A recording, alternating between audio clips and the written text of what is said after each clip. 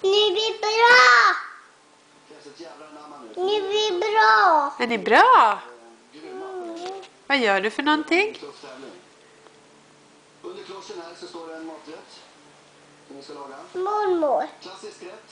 Va? Mormor. Vad är det med mormor? Rätt som vi har. Min mormor. Var är din mormor? På klubban. Ja, vem är det på klubben? Morfar. Ja. Som Anna-Lisa bor inte sist. Det måste vara perfekt. Vad sa du om Anna-Lisa? Han bor inte sist. Hon bor inte på klubben. Han bor inte sist. I hyreshus? Ja, Ja, i hyreshus. i hus. På Källbogården.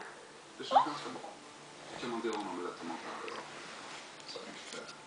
På mig. Tänka på här nu.